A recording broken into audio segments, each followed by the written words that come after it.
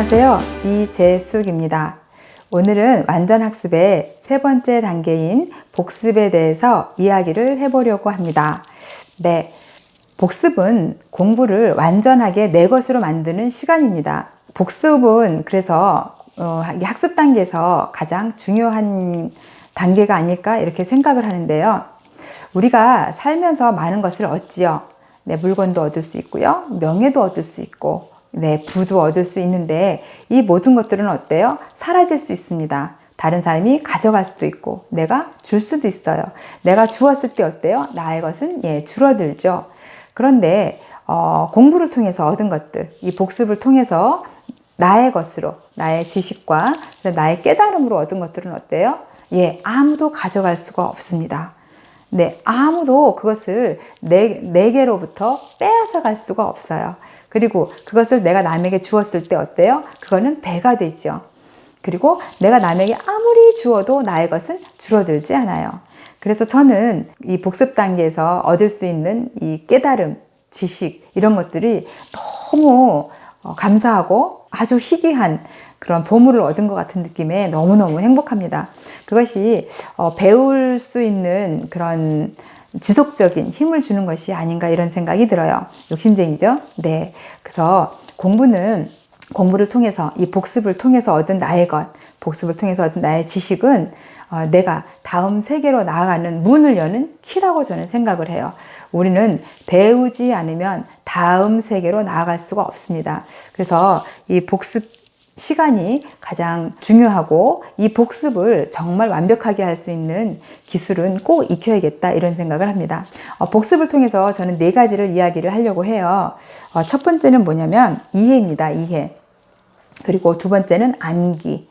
그리고 세 번째는 기준. 네 번째는 반복. 이렇게 얘기를 해드릴 건데요. 첫 번째는 뭐냐면 이해.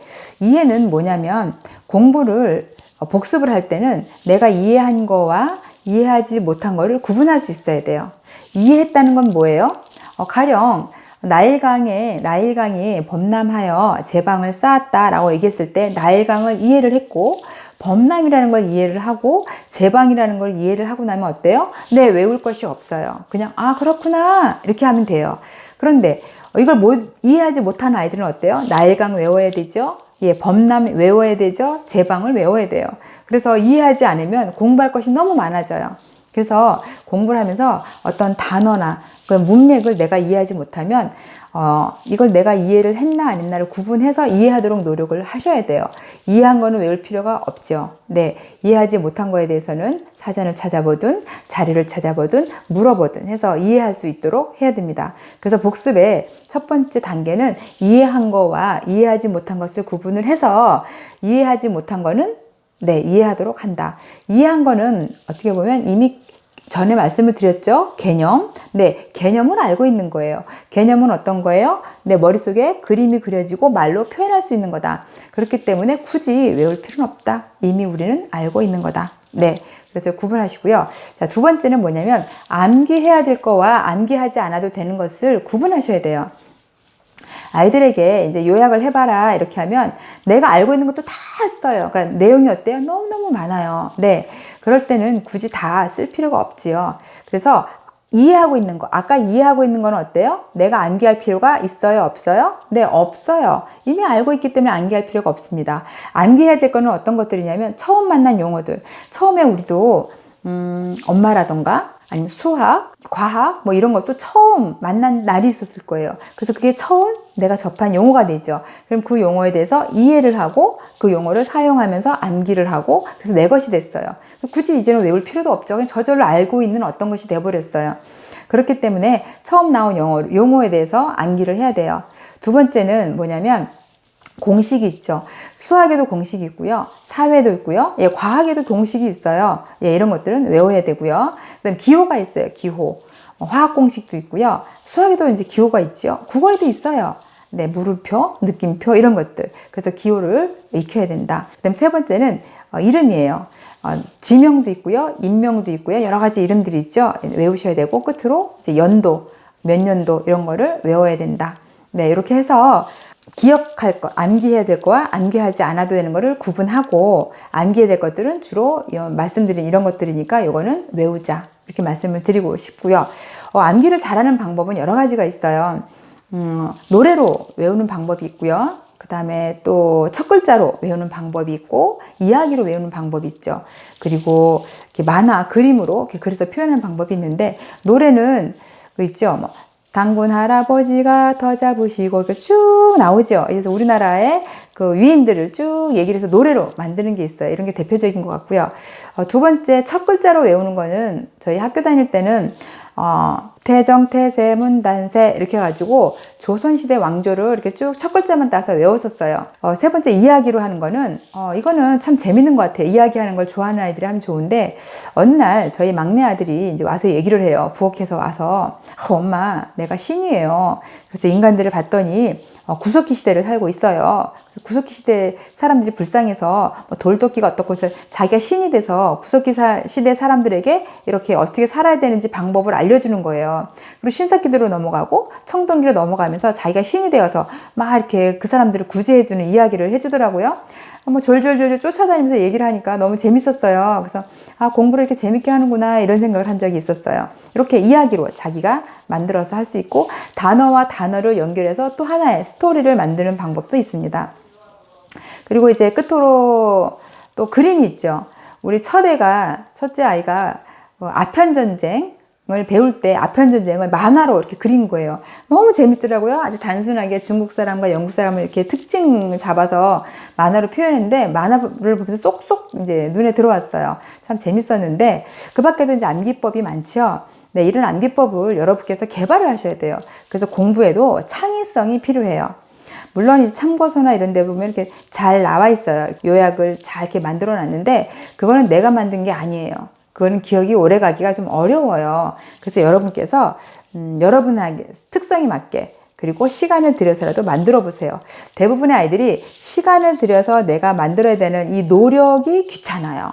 네, 이 노력이 귀찮아서 대부분이 그냥 있는 대로 줄줄줄줄 외우는데 첫 글자를 딴다거나 이야기를 만들어 본다거나 아니면 그림을 그린다거나 하면 그 시간이 좀 걸리는 것 같아도 재밌고요. 공부하는 그 과정이 즐거워요. 그리고 내가 한 거에 대해서 내가 만든 거에 대해서 우리는 본능적으로 그거를 사랑하게 돼 있어요. 사랑하면 안 잊혀져요. 네. 그래서 내 나름대로 나는 어떤 스타일이 좋은가, 암기를 어떻게 하는 게 나한테 맞는가 한번 생각해 보셔서 방법을 개발하셨으면 좋겠습니다. 그 다음에 세 번째는 기준이에요. 기준. 내가 복습을 완벽하게 했는지 안 했는지 기준을 설정하는 건데요. 제가 이제 그 공부가 너무 안 된 애들이 있어요. 산만하고 공부 방법을 어떻게 해야 될지 모르는 이제 남자애들, 삼총사를 제가 얘네들에게 공부법을 알려줘야겠다. 그래서 지속적으로 몇 달 동안 이렇게 훈련을 시켰는데 애들이 공부를 해봐라. 그러면 공부를 이렇게 하고 나서 문제를 바로 풀어요. 그럼 문제 풀 때 물어봐요. 지금 뭐 해?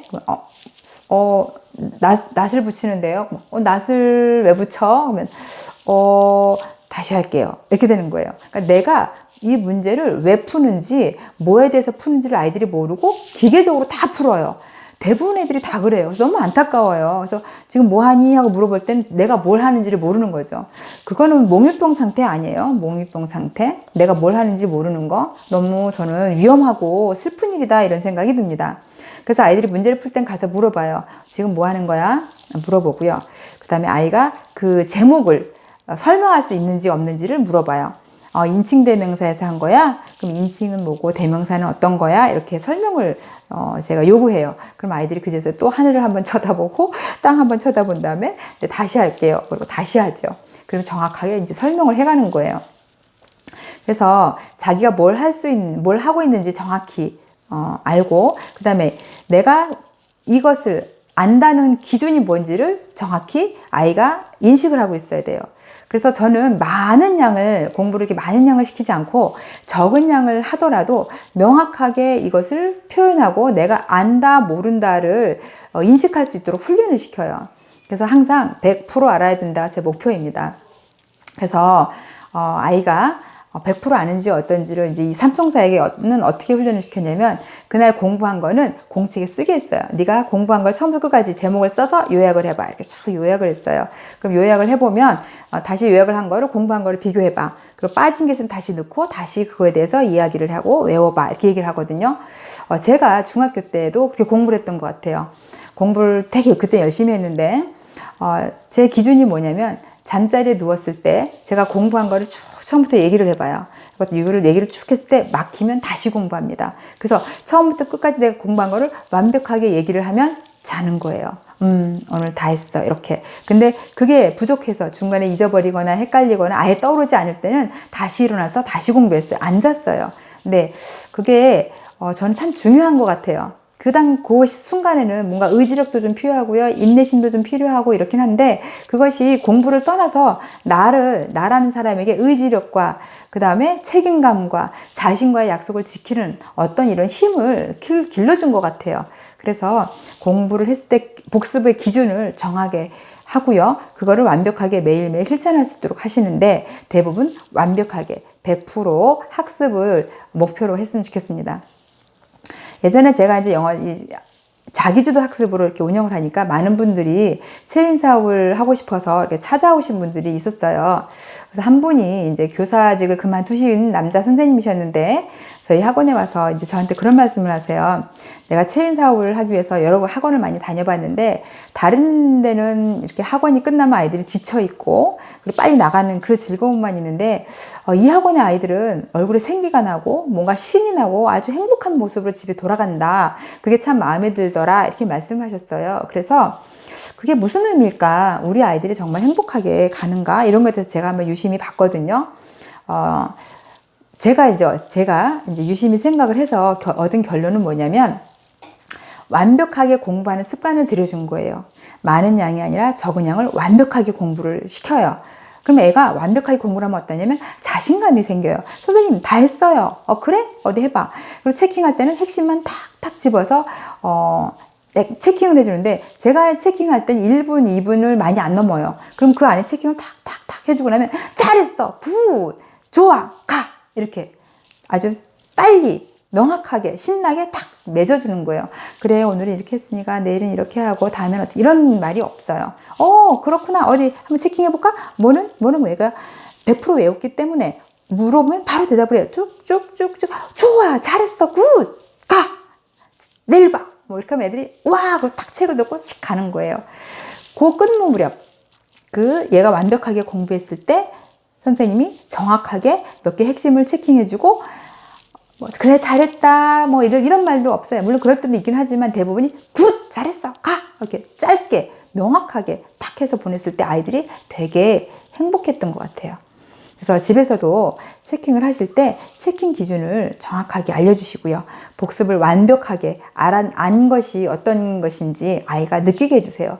내가 뭔가를 완벽하게 알면요, 즐거워요. 기쁘고요. 말하고 싶고요. 그 다음에 자신감이 넘치고요. 생기가 돌아요. 그건 삶의 기쁨이에요. 뭔가를 안다는 건 삶의 기쁨이에요. 우리는 배우기 위해서 태어난 거예요. 어렸을 때 아이들이 질문하는 거 보세요. 엄마 이게 뭐야? 이게 뭐야? 이거 뭐야? 그 호기심, 그 알고 싶은 마음을 언제 우리가 다 꺾어버렸는지 한번 반성해 보면서 아이가 명확하게 100% 아는 기준을 정해 주시고요. 그래서 많은 공부보다는 적은 양도 습관적으로 이거를 완벽하게 아는 습관을 들여서 점점 양을 늘려가시면 되거든요. 그렇게 하시고 끝날 때는 명확하게 핵심만 체킹한 다음에 잘했어, 좋아, 굿, 이렇게 짧게 명확하게 명쾌하게 이렇게 칭찬을 해서 끝냈으면 아이들이 아마 공부하는 것에 대해서 되게 행복해할 거라고 확신합니다. 네 번째는 반복이에요. 반복. 우리가 공부를 하고 나면 10분 있으면 한 40%는 기억에서 사라지고요. 하루가 지나면 50%는 사라진다고 해요. 그래서 6개월이 지나면 겨우 한 20% 정도만 기억에 남는다고 하는데, 그래서 공부를 할 때는 뭐 10분 단위, 하루, 뭐 일주일, 한 달, 6개월 이런 텀으로 공부를 하라 그러는데 너무 복잡하고요. 다행히 우리 아이들은 시간표가 어때요? 예, 반복되게 돼 있어요. 일주일마다 이렇게 반복이 돼요. 그래서 굳이 이런 기억의 망각곡선에 대해서 이렇게 뭐 이론적으로 하실 필요 없이 공부하기 전에, 이번에 내가 공부하기 전에 전에 했던 공부를 복습을 하면 돼요. 예, 이거 반복을 하면 내가 오늘 열심히 완벽하게 공부하려고 했는데 물론 잊어버릴 수 있죠. 그렇게 어쨌든 근데 완벽하게 공부했던 걸 그 다음날 홀라당 잊어버리고 나면 너무 허무하잖아요. 그래서 이 노력했던 이 결실을 버리지 않고 썩히지 않고 계속 간직할 수 있도록 반복해서 복습을 할 수 있도록 습관을 들여주면 좋겠다 이런 생각이 듭니다. 그래서 복습은 네 가지를 말씀드렸어요. 이해한 거와 이해하지 못한 거를 구분해서 이해하지 못한 걸 이해하도록 하자. 두 번째는 이제 암기할 거와 암기하지 않아도 되는 것을 구분하자. 이해한 거는 내가 굳이 암기하지 않아도 이미 알고 있는 거기 때문에 그런 거를 암기하려고 따로 노트를 마련하거나 하지 말고요. 그 다음에 새로운 용어, 공식, 그 다음에 기호, 인명, 연도 이런 것들을 외우자. 세 번째는 내가 완전 복습을 한 기준을 정하자. 그것이 100% 학습이어야 된다. 많은 양을 해서 한 70%하고 다 했다라는 느낌을 갖지 말고 적은 양을 하더라도 완벽하게 하는 습관을 들여서 그다음에 공부량을 이렇게 늘려가는 것이 더 효과적일 수 있다. 그런 말씀을 드렸어요. 그래서 기준을 정하고요. 세 번째는 반복을 하는데 학교에서 수업할 때마다 수업 전에 앞에 했던 것을 이렇게 반복해서 내가 힘들여서 애써서 복습을 통해 가지고 내 것으로 만들었던 거를 잊어버리거나 버리거나 이런 일이 없도록 하자. 이렇게 네 가지를 말씀드렸습니다. 어떠세요? 막연하게 복습을 어떻게 하지? 이런 것도 중요하지만 복습을 통해서 이 아이가 어떻게 완전 학습으로 결실을 맺게 할 수 있게 할 것인가에 초점을 맞추는 게 참 중요한 것 같아요. 그래서 복습을 통해서 우리 아이가 완전 학습을 할 수 있도록 돕자. 그러기 위해서는 100% 하는 거를 목표로 하고 그리고 아주 즐겁게 끝낼 수 있도록 엄마가 체킹이라던가 아니면 맺은 말, 칭찬 이런 거를 좀 연구를 좀 해보자. 이런 말씀도 드렸습니다. 어떠세요? 해볼만 하죠? 아이들이요 정말 행복해해요. 완벽하게 공부하고 한 번에 체킹이 딱 끝났을 때 그 시원함 아마 청량 음료수를 한 몇 잔 마시는 것보다도 훨씬 더 상쾌하고 아마 즐거울 거예요. 그래서 아이들에게 그런 기쁨을 주면 공부는 잘할 수 있지 않을까 이런 생각이 듭니다. 한번 해보셨으면 좋겠어요. 네, 오늘은 여기까지입니다. 수고하셨습니다.